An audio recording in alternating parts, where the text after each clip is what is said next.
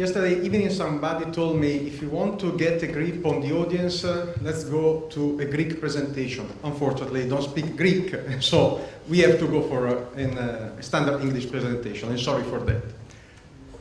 So, shore-to-ship power and smart ports. These are two topics that are really related to the movement that are now entering the ship industry.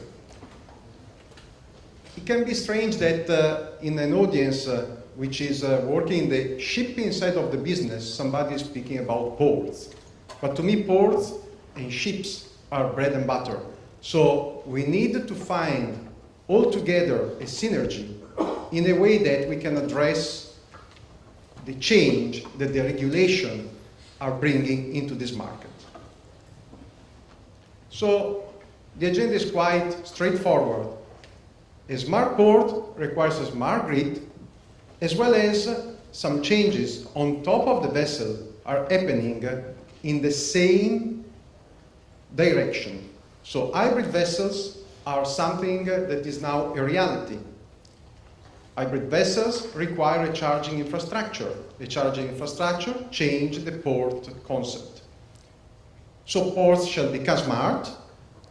And then we need also to offer to ship owners, to ports, and to the communities some solutions which are lowering the environmental impact, enhancing the sustainability of the whole shipping industry.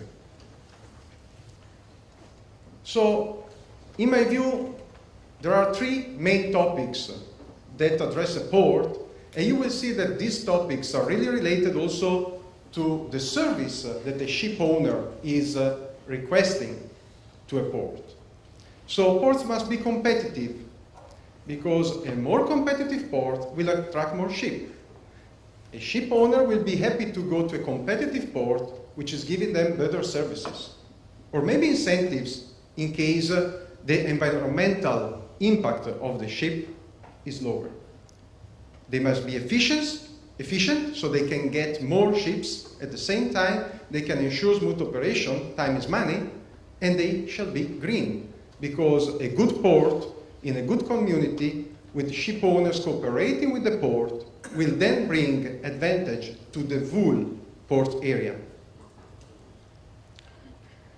There is a change inside the network, the electrical network, and this change is affecting also ports.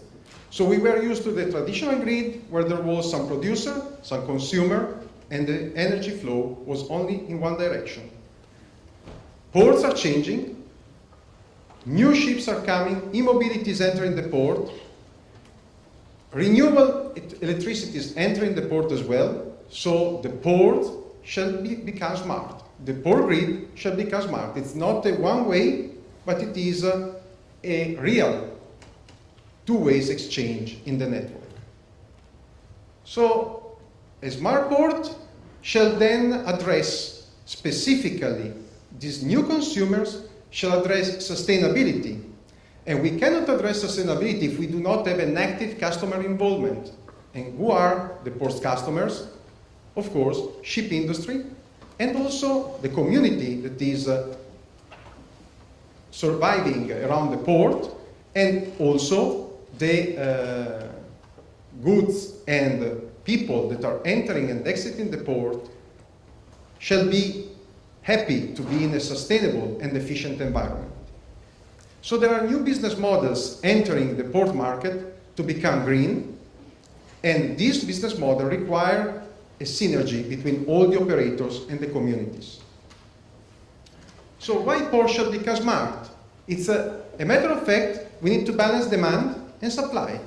We have new demand for e-mobility entering the port. We have new demand for port electrification.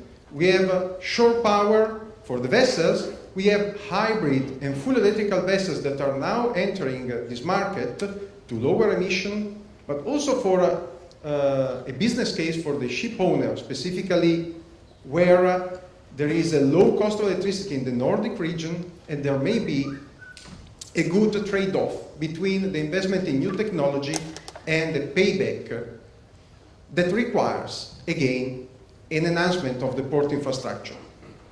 We have renewables sources.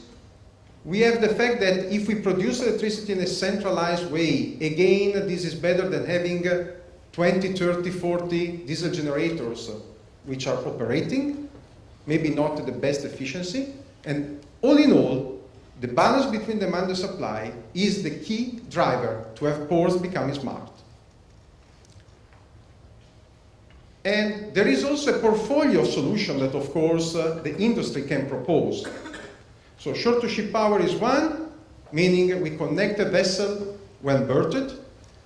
Port electrification, in general, is really connected to the first one and to the new users entering the port. The grid integration of the renewables, the e-mobility solutions, both the blue e-mobility and the road e-mobility, or railways entering ports. And then, of course, we need to provide some solution which will be reliable for the full duration of the investment, which, of course, is not in the short term. So this is why ports shall become smart, to give better services to all the customers that are entering port and to the communities that surround ports. Now, a small focus on shore-to-ship power, which is the key element for the port sustainability, when an electrical solution shall be found to remove emission, to lower down the CO2, to reduce noise and vibration. So there are new emission control area coming in, SOx, NOx. There is now some monitoring measure going for CO2. All in all, we have to find some solutions, specifically when ships are berthed, to reduce their environmental impact. And the solution is quite easy. So we basically plug the vessel to the port grid. So nothing that is rocket science, something that requires the commitment of both the sides of this business, ship owners and ports. And there are a lot of potential benefits, of course, in applying this technology, because reducing emission is one benefit, reducing noise and vibration could be another benefit, lowering cost for ship owner could be a third one. Of course, these needs could be coordinated. There may be incentives in place given by ports to the ship owners that are reducing pollution.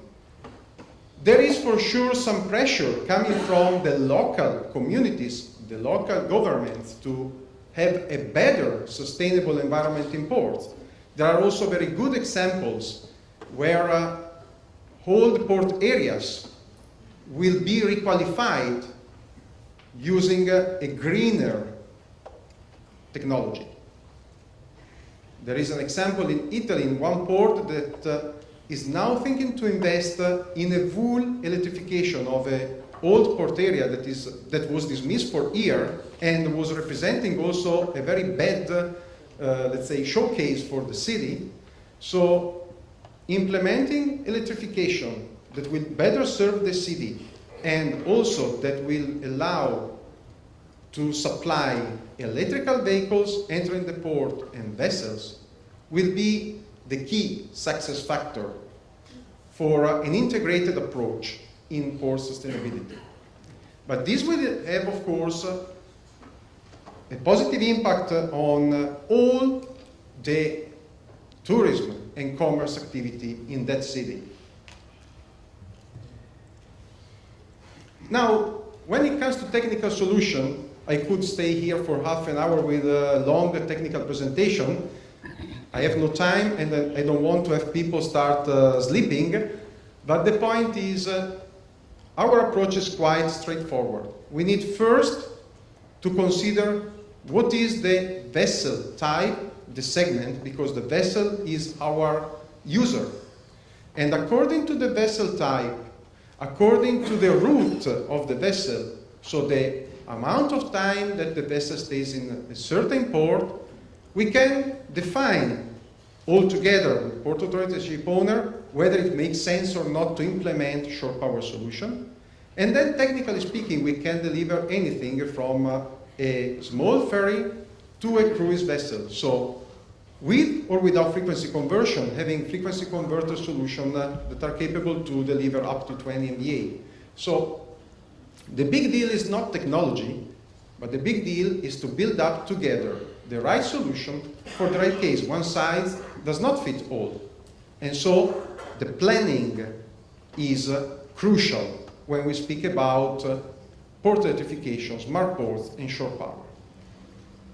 Just fast conclusion, to me, synergy is the bonus that is achieved when things work together harmoniously. And so we need to bring at the same table all together, not only the technology supplier, like ABB, but also port authorities, port operators, ship owners, the regional government, the local communities, to find the right case, the right business model to address sustainability in ports and to make ports a better place to live.